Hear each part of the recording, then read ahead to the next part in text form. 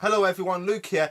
So today in the discussions for the Promised Neverland in terms of the demons, we're going to be discussing two characters. Yes, not just one, because these two are honestly more of a double act. I'm of course referring to Noma and Nomus, even though I'm probably butchering those names, but who cares? Well, actually, a lot of people may care about it, but really, I've been calling them Noma and Nomus. That's how I'm going to stick with them. I don't care what anybody says.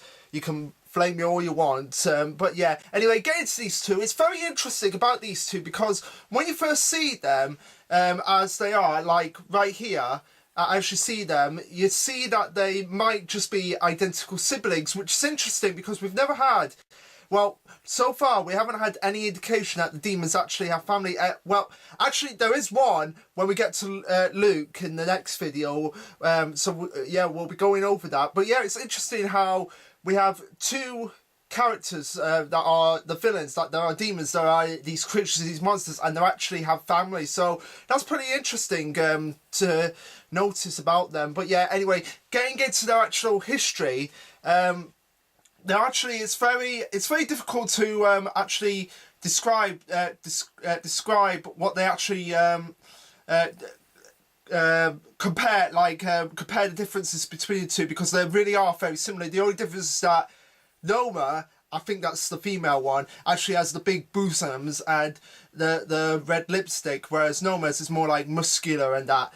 But yeah, anyway, getting to them, they first appear with all the other demons, like discussing the what they want to do, what the plans are for the hunt, and they're looking for two specifics out of the groups. I can't remember which ones they are, but they are looking for two specific ones. Two specific kids that they want to hunt, which is interesting when we get to them, considering when we get to the battles and how they have a history of all of these kids. But yeah, so they don't really take part in the initial hunt, where Emma's first dropped off at Goldie Pond. So all we really have to go on is when we get to the main hunt, where we have all the sequential battles between Luke, Noma, Nomus, Bion, and Lewis, which is the battle that we're in right now, which is getting very intense. I'm really enjoying the battle with Lewis. Oh, and something else, like, actually, going off on a tangent here. I know I apologise for going off on tangents here, but I probably should point out something else as well about how we've officially had the confirmation that the anime is coming, which I'm excited about that. And I had a look at the studio, and I think it was Cloverworks, if I'm correct. I think they're the ones that are actually doing this adaptation, which I'm all for, because even though they have been a bit sketchy in the past with some adaptations, the two ones that I'm most curious about are Erased and Your Lie in April, which didn't actually deviate that much from the darker aspects, because they had really dark moments, especially Erased, how its first episode had a stabbing and had somebody dying. So yeah, I'm alright. I'm pretty sure they'll do a good job. And hearing the voices of the main characters, if the woman that's describing it at the beginning, if that turns out to be the voice of Marat, and it's Ozen from Made in Abyss, I'll be all for that, because because our actress can really convey the really nice and really sinister side to the characters. But the person playing Emma, I'm not sure about. I think I'll have to watch the series in order to find out if I really do think that her voice is really tangible for Emma's. It's not to say that I don't think she'll do a bad job. I'm just not sure. Is it the right job for? Is it the right voice for Emma? But yeah, not only of that, but it's coming out in January, and I'm really hoping that it comes out on my birthday, which is the 7th of January, which is a Monday. If it comes out on there, I will be just so happy. But yeah, that's what I wanted to say about that. So yeah, going back to Noma and Nomus. So when we get to the battle between them two, they're facing Sandy and Sonia, and based on what we see in the chapters, how they're discussing the various tactics that they're going to get across to how they're going to take down these demons. We have flashbacks, and this is what I love about the series, how we can do the battles, but also we can have the flashbacks integrated between them, so that it's not bogging it down with like, okay, we're going to have the tacticals, then we're going to have the battles, and vice versa. So yeah, it's pretty interesting how they're sort of like interwoven like that, how we get the tactics and then we actually see them in action. But yeah, so they're facing Sandy and Sandy and Sonia, and these two are like, okay, Noma and Nomus, they're going to be different from Luke, as well as Bion and Lewis, and how they're going to be much more intelligent and much more stronger, which certainly was proven. So they go with the tactic of actually trapping them, and we see a lot of wires being deployed, and we see like strategies like to use a log, kind of like in Return of the Jedi, how the walkers were taken down by the Ewoks with a log, and it sort of like crashed into them. But of course they're just really fast, and they dodge everything that the kids throw at them, which is a lot, showing just how the speed and the reflexes of these two are. And eventually we have Noma grabbing hold of Sonia and trying to choke the life out of her, which gets them all really worried. And she's like, oh yeah, this is great, this is fantastic. And we see this panel right here, we see a bullet, and then in the next panel, right, so the best part about that is that Noma sees it coming. That's just what's made that, oh yeah, get in there kids, gets that kill really much more satisfying. And it turns out that it's Paula that is the one that made the shot, and she was using it as a sniper, which shows just how adept Paula is at being a sniper. But of course, this is a mistake on the kids' parts, the fact that they killed her like that, because we have Nomas coming in, screaming, Noma! Noma! Noma! Noma! You can't die, you can't die! And this is actually interesting because it's the first time that we actually see the demons actually having sympathy for someone, because up until now we've just assumed that they're mindless monsters, and even the kids are really like annoyed by this, particularly Sandy, as he has all the flashbacks from all the kids that have died, and he's like, wow, you're having a go, you're crying over this creature when you've been laughing at us dying all the time. But of course this is where shit gets real for them. And I'll explain what's going to happen in a bit. But basically, when we have them originally, as we see in the meeting right here, when we have them originally talking about like, oh, who were the creatures that were captured, and they're like Premier Goods from Gracefield House. That's what gets them, as well as Luke and Lewis. That's what gets them really excited about how they're going to be hunting Premier Goods. But of course, they'll never get this chance because they're both dead now, which is why I'm talking about them right now. And so yeah, going back to what I was saying about Noma dying in front of Noma's eyes, and I was really attached to her. It made me think, like, are they really siblings? Because as well, he goes, my beloved Noma, which makes me think, are they husband and wife? It's kind of really confusing about what their relationship actually is, but it's pretty much an established relationship. But it gets even more creepy when we have Noma. No, not Noma. Nomus actually eating, as we'll see here, eating Noma's brain. I'm going to put that to you again. Look at this here. Demon eating demon's brain. Oh my. So the Promised Neverland actually employed cannibalism. I want you to process your mind. A manga series in which a shonen job has cannibalism in it. God, this series just keeps getting better and better, and even the kids like actually freaked out. Like, look right here, you can see like they're actually getting freaked out. Like, what the fuck is going on?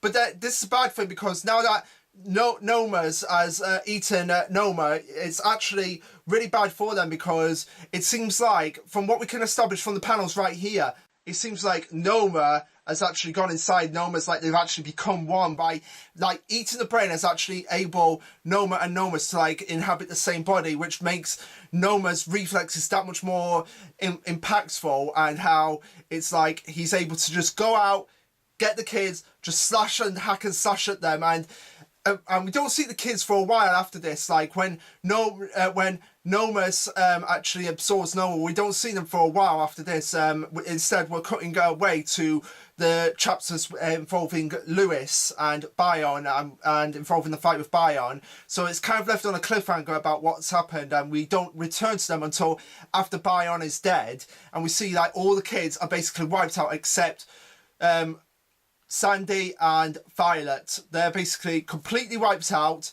They're we see the flashbacks of how he was able to take her. Nomus was able to take his spear and just strike it right at Paula and take her down, and was just basically able to use the reflex that he got from Noma in order to basically bring the kids down. And Violet is there, and she's like thinking about what to do. I don't know what to do. This is too strong. And Sandy basically gets the shit kicked out of him in order for that, because Noma's is saying, "You're gonna pay for killing my beloved Noma," and it's like really like, holy shit, okay, we're way out of our league here. So yeah, as Sandy is getting the shit kicked out of him, we are there thinking about what to do, and then that's when she thinks she sees Emma, but then she sees Ray and the nameless guy, which we still don't know that guy's name. We still don't know that freaking guy's name.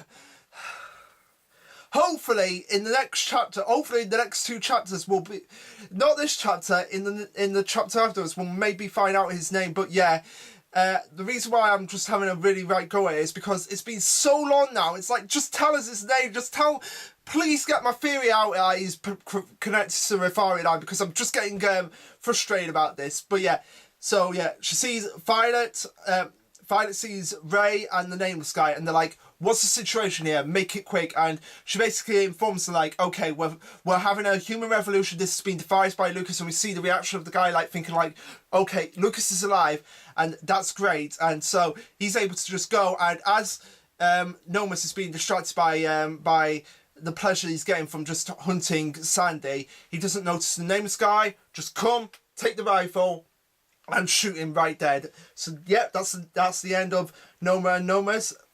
And the nameless guy is like, this is what it means to be a hunt. And the fact that this was built up, and the fact that he was an excellent sniper like this, pretty much makes it that Lewis's takedown in the last chapter wasn't a Deus Ex Machina. But yeah, there's not really much to say about these two now that I think about it, because I thought that they would be my most interesting, but they certainly had an interesting fight. I will say that about them, but they certainly had an interesting fight, but there was not really anything interesting about them except for the fact that we don't know what the relationship is, and the fact that we know that if a demon dies, it sort of like depends on how close they are. Like if a demon dies, they are able to, the other demon that's custom is able to take their brain and eat and basically consume them and become them, which may very, very well play a part later on, like when we get to like the big bad, the demon, like this name right here, I'll put up on the screen here, this name right here, when we get to him, the Demon King, this might play a pivotal role later, like if he's able to like eat demons' brains and like actually gain their intelligence and gain their strength and actually become one with them, which will be interesting to see if that actually does come true. But yeah, it's not really much for me to go off on Noma and Nomus. I mean, I liked them, I liked the design, I liked the fight with them, but it was just a case of like, okay, we're going to try and trap them with razor wire, as we saw, and going to try and take them down, and eventually they did get taken down with sniper rifles, which shows just how intelligent that the kids are. Like, these kids can actually fight with the demons if they have time to plan it, and it really did take a lot of planning, because even though Noma was taken out, the fight wasn't over yet, and it lasted a good long time. It was probably the longest fight that we've had so far, because yeah, it is probably the fight that we've had the longest so far with these two, which shows just how much stronger these demons are becoming. And I think the Lewis fight, we're in chapter 89 now. I think 89 is coming out this week. So I think the fight with Lewis is going to go on for, I think, another, like, up until chapter 95. And then we're going to be wrapping up the Goldie Pond arc, and then hopefully getting into the next arc by chapter 100. But yeah, I want to talk, actually, the chapters come out with Lewis, I might as well talk about him. I might as well give my thoughts on them, because there's not really much else I have to say about Noma and Nomus. They were interesting characters in terms of their relationship and in terms of how the fight was, but in terms of personalities, because that was something that shocked me. Like, wait, you're basically asking for sympathy when you've been killing kids and been killing family members as well. So yeah, it just shows how hypocritical these demons can be as well. But yeah, I want to talk about the fight with Lewis and how it's going so far. I'm really enjoying it. This series knows how to deal with an overpowered villain, and Lewis is overpowered. He's really intelligent, really smart, and it's a case of the fact that his pride and his pleasure for doing the hunt is what caused him to be caught off guard and have his mask blown up by the nameless guy. But yeah, it wasn't a case of just like, we're just gonna shoot at Lewis and hope he dies, because as we saw, he caught all the bullets. It was a case of like, okay, we're gonna lure him into secluded areas, and then we're gonna use other tactics to get him down, like electricity, as we saw when he got shocked and he's like, I've never been electrified before, not happening again. And he tries to attack Emma, and he's not able to get in at that moment in time, and he gets shot through the mask. His mask is blown off. But even with his mask blown off, he's not out of the fight. I knew that wasn't going to be the end for Lewis, and it shows that he was able to just strike the buildings and able to catch them off guard and able to get them away so that he could have a time to recover. And hopefully he has had time to recover, because as we've seen, he's really getting into this fight, and he's like, it's been centuries since I've had this. So yeah, that's all I wanted to say on the fight with Lewis so far. How it's going away I expected but didn't expect at the same time, like how they're just using different tactics and not just it's not just straight up fight, which again, this is something I love about the series. But yeah, with Noma and Nomus, there wasn't really much to say on them in the fact other than that they had their fight and that they had a relationship that was unlike any of the other demons. And it's actually it actually boils back to a theory that I've had. Noma and Nomus and Luke have actually given me an idea of what I want to see, that I've had for a really long time. Like, are these demons the next evolution of humanity? I know that sounds completely far-fetched and totally out there, but have you ever noticed that it's only the kids at Gracefield House that have actually called the demons demons? Nobody else hasn't. Even the kids at Goldie Pond have not actually referred to the demons as demons. It's only the kids at Gracefield House that have referred to them as demons. Everyone else has different names for them. So that gives me the feeling that they're not actually demons. They're actually monsters that evolved from humanity for some probably something that happened 1,000 years ago. And they were like, right, we're the next evolution of humanity, so we should be the ones that are dominating. And maybe that's why the war broke out in the first place. But yeah, that's just my theories on that. What do you guys think of Noma and Nomus? Did you like them? Did you not like them? Looking back over it, I feel like Nomus had much more going for him than Noma. I just feel like Noma was sort of like tacked on to like establish like what happens when a demon actually consumes another demon. But like I said, cannibalism. So yeah, I feel like he had much more going for him based on his personality. How he came across as wanting sympathy, but he was never going to get it. And he was really strong. I'm not doubting that they weren't strong. It's just that I need much more from this series now. Like with Lewis, he gives me so much more to work with. But with Noma and Nomus, they kind of really don't. Which is why I've been sort of like going back and talking about Lewis in stuff that I haven't been doing in the other videos. But yeah, in terms of his strength and personality, Nomus had much more going for him than Noma. But they certainly had an interesting fight, and it was interesting how they got taken down. How it wasn't just, we're going to punch them and see where they go. They are actually caught off guard through their own arrogance and their own pride. But yeah, that's all I wanted to say about them too. What do you guys think? And let me know in the comments below. And next time we're going to be talking about my least favourite demon, Luke. And I'll explain why he's my least favourite demon when we get to the video. But also, his fight contains my favourite girl in the Goldie Pond arc, Gillian. And I will explain why later. Thank you guys, and I'll see you next time.